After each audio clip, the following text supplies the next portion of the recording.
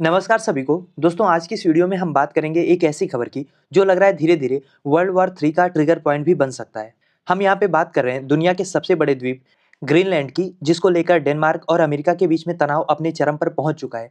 हाल ही में white house की ओर से एक बयान आया जिसने पूरे यूरोप को हिलाकर रख दिया, क्योंकि डोनाल्ड ट्रंप ने न केवल ग्रीनलैंड को खरीदने की अपनी पुरानी इच्छा को दोहराया है, बल्कि इस बार उन्होंने ये भी स्पष्ट किया है कि इसको हासिल करने के लिए यूएस मिलिट्री का ऑप्शन भी खुला हुआ है। अब ये बयान सीधे तौर पे जो डेनमार्क की सोवरेनिटी है उस पे हमला माना जा रहा है।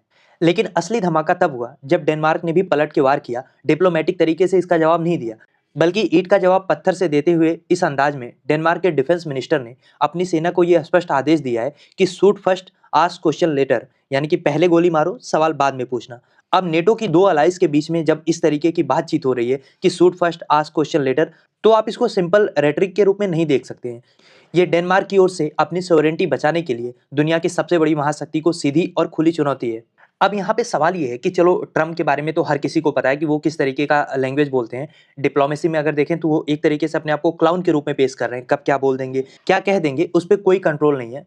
लेकिन डेनमार्क जैसा शांत देश इतनी आक्रामक भाषा का इस्तेमाल क्यों कर रहा है?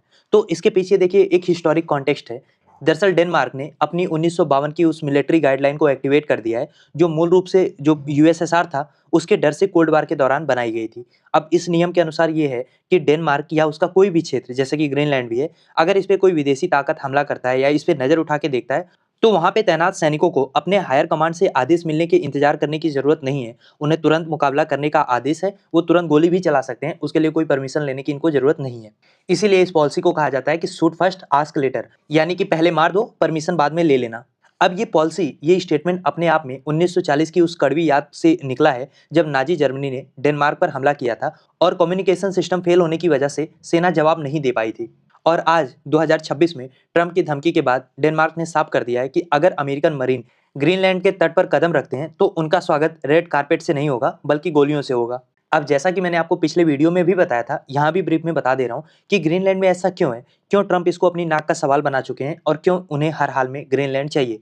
तो उसका पहला कारण है आर्कटिक का बदलता भूगोल। आपको पता है ग्लोबल वार्मिंग की वजह से आर्कटिक की बर्फ लगातार पिघल रही है, जिससे नॉर्थ वेस्ट का व्यापार रास्ता खुल रहा है और ये दुनिया का सबसे छोटा समुद्री रास्ता बन सकता है आने वाले समय में, जो एशिया और यूरोप के बीच में व्यापार की दूरी को हफ्तों कम कर देगा। इसीलिए जो ग्रीनलैंड को कंट्रोल करेगा वो इस नए ग्लोबल ट्रेड रूट का गेट कीपर बनेगा। और दूसरा सबसे बड़ा कारण है रसिया और चीन का बढ़ता हुआ इन्फ्लुएंस। ट्रम्प का मानना ये है, मानना क्या है, कुछ इसमें हकीकत भी है कि रसिया ने आर्कटिक में अपने मिलिट्री बेस को बिछा दिया है और चाइना ऑलरेडी वहां पे पोलर सिल्क रोड बना रहा है। अमेरिका को डर ये है कि अगर उसने ग्रीनलैंड पे अपना पूर्ण नियंत्रण नहीं किया तो उसके बैकयार्ड में दुश्मन आकर बैठ जाएंगे। और इन सब के ऊपर खेल रिसोर्सेज का भी है, क्योंकि बहुत सारी रिपोर्ट में ये बात साफ साफ पता चल रही है कि ग्रीनलैंड के पास दुनिया के 31 बिलियन बैरल तेल के बराबर हाइड्रोकार्बन का भंडार है। ये अमेरिका के अपने तेल भंडार के बराबर है। इसके अलावा रेयर अर्थ मिनरल्स की भी बात है कि यहाँ पे असीमित खजाना है रेयर अर्थ मिनरल्स का। और आज की जो हमारी ईवी इकोनॉमी है, स्मार्टफोन, सुपर कंप्यूटर, इन सबको क्या चाहिए? रेयर अर्थ मिनरल्स, जिस पे इस समय एकाधिकार है चाइना का, चाइना की मोनोपोली है। ट्रम्प चाहते हैं कि ग्रीनलैंड को हासिल करके अमेरिका इसमें, यानी कि रेयर अर्थ मिनरल्स में भी चाइना से उसकी डिपेंडेंसी खत्म हो जाए, आत्मनिर्भर बन जाए।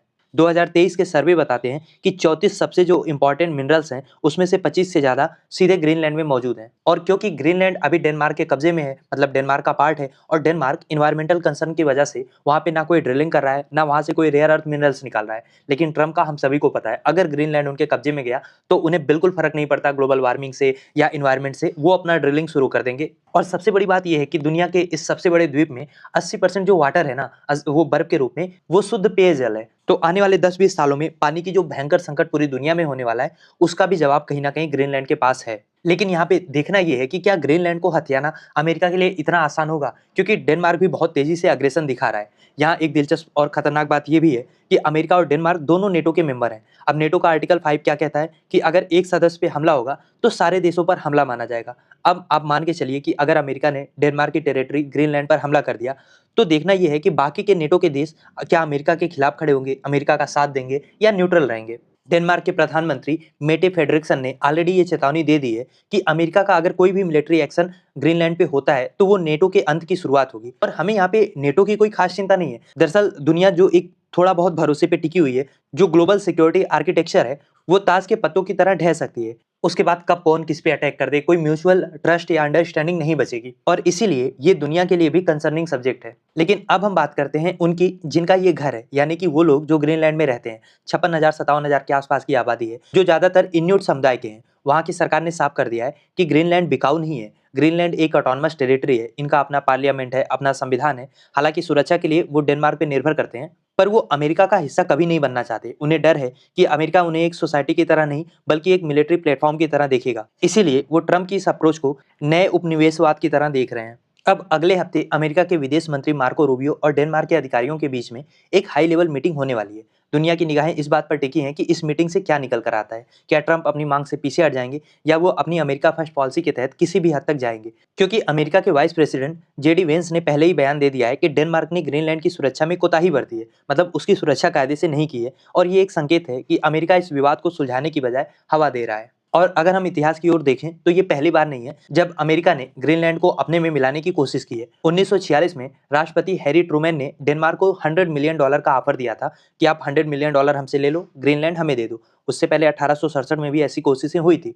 लेकिन 2026 में ये चीजें थोड़ा सा नेक्स्ट लेवल पे जा चुकी हैं। ट्रम्प कह रहे हैं मिलिट्री ऑप्शन खुला हुआ है, और ग्रीनलैंड की जो कीमत है वो कई गुना बढ़ चुकी है। क्योंकि दुनिया को इस समय जो भी चीजें चाहिए, चाहे वो रेयर अर्थ मिनरल्स हो, चाहे जो नया वर्ल्ड ट्रेड रूट बन रहा है उसका गेटवे कब्जा करना हो, या ड्रिंकिंग वाटर की बात हो, सब कुछ अकेले ग्रीनलैंड प्रोवाइड कर रहा है। तो इसकी कीमत भी बढ़ गई है, और सामने जो इसको खरीदने के लिए खड़ा है ट्रम्प, वो भी किसी हद तक जाने को तैयार है। इसीलिए अभी ये कहना मुश्किल है कि मामला किधर जाएगा। और मैंने कहा ना कि ट्रम्प बिल्कुल अनप्रेडिक्टेबल है, कह नहीं सकते हैं कि किस पॉइंट पे वर्ल्ड वॉर 3 ट्रिगर हो जाए। पर अगर वो नहीं भी हो रहा है तो भी इस विवाद के बढ़ने से वैश्विक शेयर बाजार और तेल की कीमतों पर भारी असर पड़ेगा।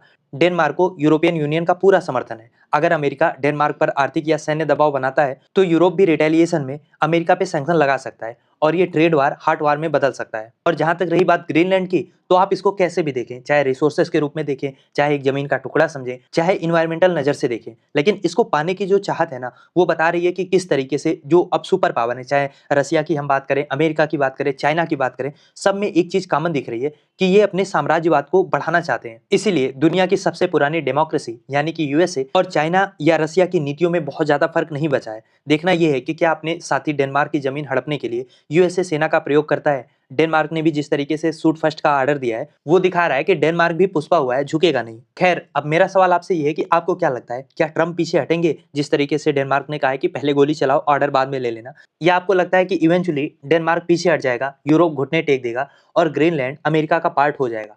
क्या आपकी राय है, लिखिए उसको कमेंट बॉक्स में। और अगर अभी तक आपने चैनल को सब्सक्राइब नहीं किया तो प्लीज चैनल को सब्सक्राइब भी करिए।